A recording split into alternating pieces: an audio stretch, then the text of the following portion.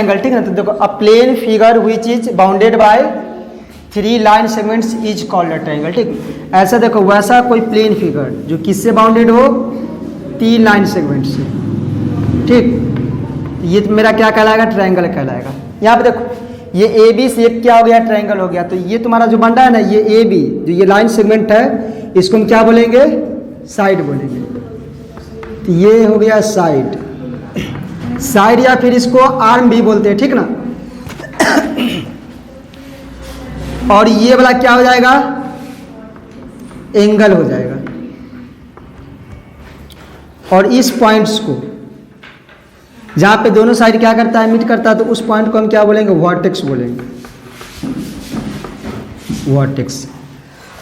अब यहां पे देखना, कोई पूछेगा बतलाओ कि एक ट्रायंगल में कितना साइड होता है, तो बोलो कितना साइड होता है। यहाँ पे देख करके, एक हो गया ए बी, एक ये बी सी और एक ए सी। तो कितना साइड्स होता है, 3 साइड्स या 3 आर्म्स होता है, ठीक।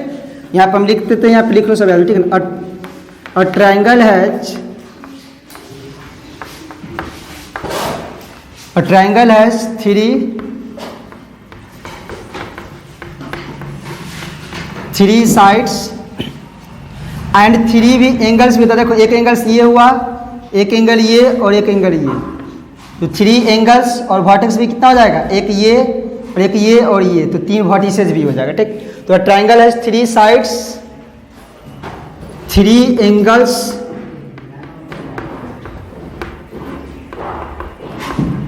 and 3 vertices।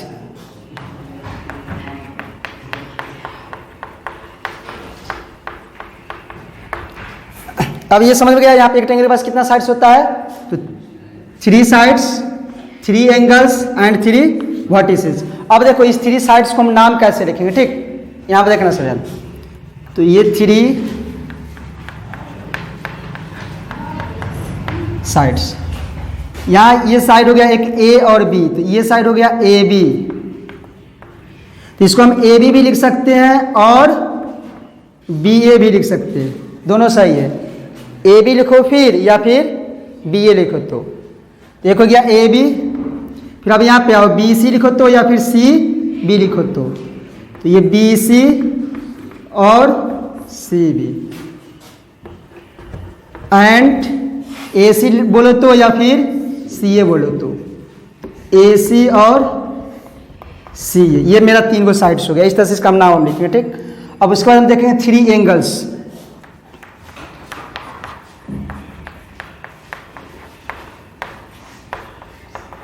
तो 3 एंगल्स थोड़ा ध्यान से समझना, ठीक ना।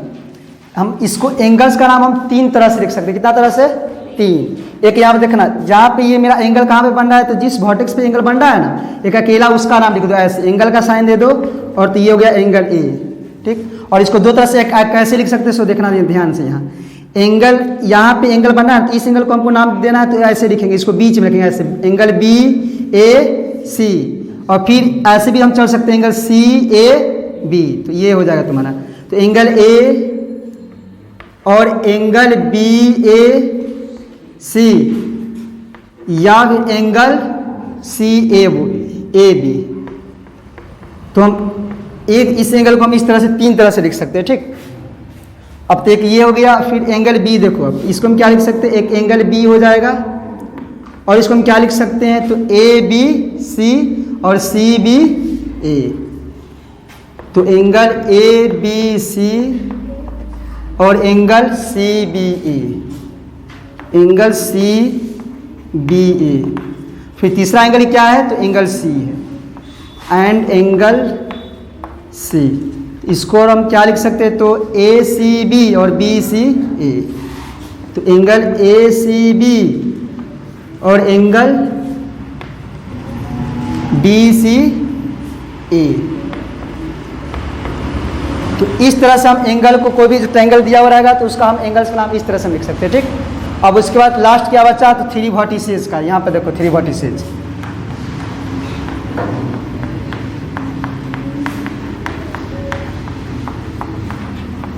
तो वर्टिसेस में कुछ नहीं, यहाँ पे जिस पॉइंट पे बना, तो पॉइंट ए, ये बी और सी लिख देंगे। ये हो जाएगा ए बी एंड सी। तो ये तुम्हारा हो गया 3 एंगल्स को ऐसे हम लिख सकते हैं 3 तरह से। एक एंगल को एंगल ए लिखो या फिर एंगल बी ए सी लिखो या एंगल सी ए बी लिखो, ठीक है ना। इसी तरह से तुम इस दोनों तीनों में से कोई एक लिख सकते हो, ठीक। यहाँ हम सिखाए यहाँ कि तुम तीनों में से कोई एक यूज़ करना, ठीक ना। और यहाँ पे साइड में भी इस दोनों में से कोई एक ही यूज़ करना है, ठीक है। जब तुम इसको यूज़ करोगे तो कोई एक यूज़ करते हो, दोनों तुम्हारा सही है, ठीक। अब उसके बाद आ गया 3 वर्टिसेस। तो वर्टिसेस में तुम्हारा तो इसी तरह से लिख सकते हो। तब ये हो गया, इसको नोट कर लो, ठीक ना। देखो ये ट्रायंगल है ए बी और सी। तो अगर हमको ट्रायंगल को पे लिखना रहेगा तो ऐसे भी हम लिखते हैं ट्रायंगल ए बी सी। इस साइन को हम क्या पढ़ेंगे, ट्रायंगल पढ़ेंगे। तो ट्रायंगल ए बी सी ऐसे पढ़ेंगे, ठीक है ना। जहाँ पे ऐसे लिखा रहेगा उसको हम क्या पढ़ेंगे, ट्रायंगल, ठीक। और ये फिर ए बी सी। अब आगे देखो यहाँ पे, उसके बाद तुम्हारा होगा ऐसा भी होगा इंटीरियर पॉइंट, इंटीरियर एंड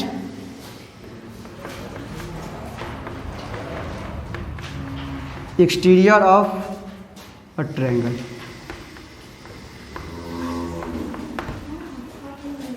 अब देखो यहाँ पे हम कुछ पॉइंट इसके अंदर लिख रहे हैं, ठीक ना। यहाँ जैसे मान लो यहाँ कोई पॉइंट P है, Q R, यहाँ पे मान लो L, कोई M यहाँ पे पॉइंट है और इस पर कोई पॉइंट मान लो है K ले लेते हैं, और इस पर एक और पॉइंट ले लो N कोई पॉइंट ले लेते, ठीक।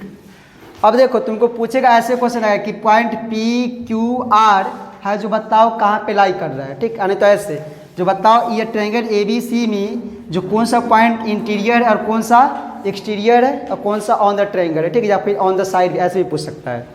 तो देखो यहाँ पर हम बतलाएंगे जो भी इस बाउंड्री के जो अंदर होगा इसके अंदर जो यानी कि पॉइंट P Q R है जो कहाँ लाई कर रहा है, तो इंटीरियर में लाई कर रहा है, ठीक ना। इसको हम ऐसे ही लिखेंगे, देखो पॉइंट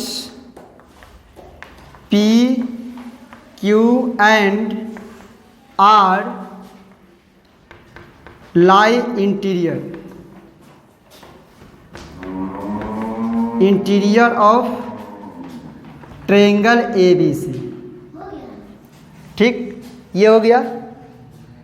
उसके बाद अब यहाँ पे देखना ये जो पॉइंट है ये कहाँ पे है, के पॉइंट कहाँ पे है, तो ये साइड बी सी पे है, और एन पॉइंट कहाँ पे है, तो ए सी पे है। तो इसको हम बोलेंगे ऑन द साइड, नहीं तो ऑन द ट्रायंगल भी बोलते हैं। ऑन द ट्रायंगल नहीं तो ऑन द साइड। ऐसे देखो इस ध्यान से यहाँ पे हम लिखेंगे पॉइंट्स के and N lie on the triangle, on the triangle A B C, या फिर ऑन द साइड भी बोल सकते हो, ठीक। एक ये हो गया। अब ये पॉइंट देखो, एक पॉइंट एम और एल ये कहाँ लाई कर रहा है, तो ना ही इस साइड पे लाई कर रहा है और ना ही इसके इंटीरियर में लाई कर रहा है। इसका मतलब ये कहाँ पे लाई कर रहा है, तो एक्सटीरियर लाई कर रहा है।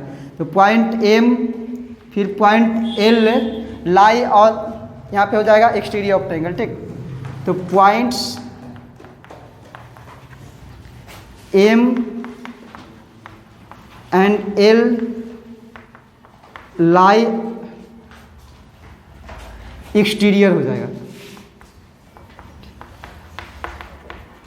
Exterior of triangle A B C. इस तरह का भी तुम्हारा क्वेश्चन मिलेगा, ठीक है ना। तो इसको अब उतार लो यहाँ।